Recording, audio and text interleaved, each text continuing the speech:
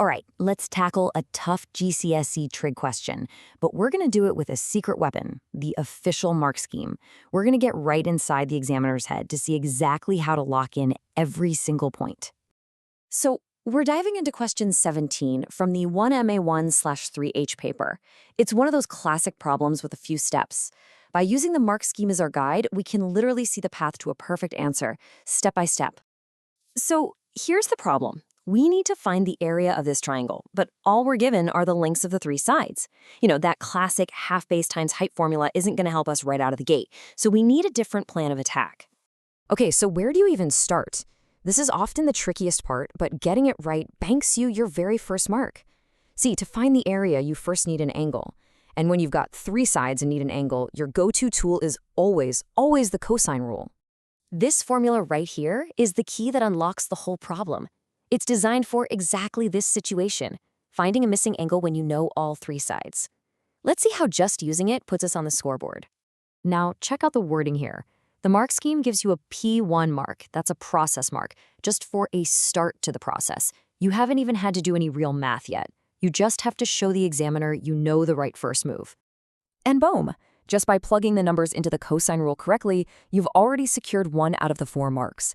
Seriously, that's a point just for knowing which formula to use and where the numbers go. Okay, on to step 2. We've got our equation all set up, but now we got to do a little bit of algebra to shuffle things around and figure out what that angle actually is. And would you look at that, another P1 process mark, and all you had to do was rearrange the formula. It's not even about finding the angle yet, it's about showing you have the algebra skills to isolate cos A. This is what that correct rearrangement looks like. See how all the number bits have been moved to one side, leaving cos A all by itself? That's the crucial step that gets you your second mark. Now here's a really cool insight. You didn't have to find angle A. The mark scheme is super flexible. You could have gone for angle B or angle C first. As long as your method is solid, you're still on the right path.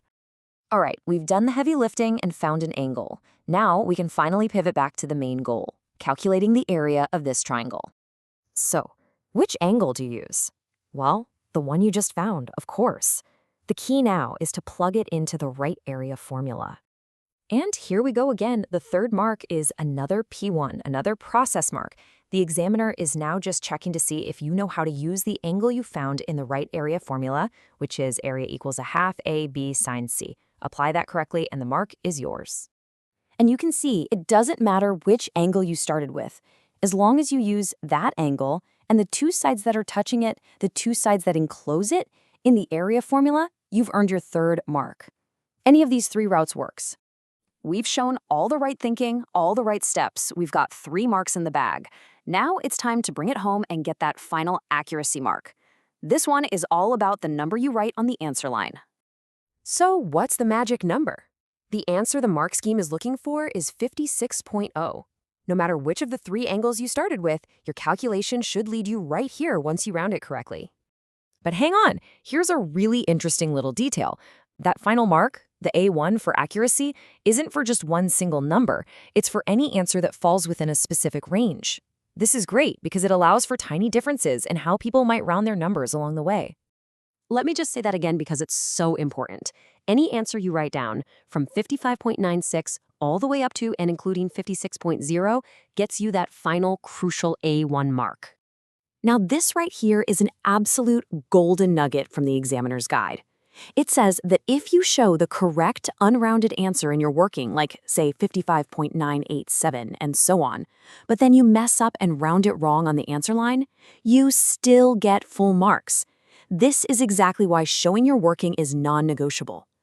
So, we've seen the clear path to getting all 4 marks. But what about the pitfalls? What could trip you up?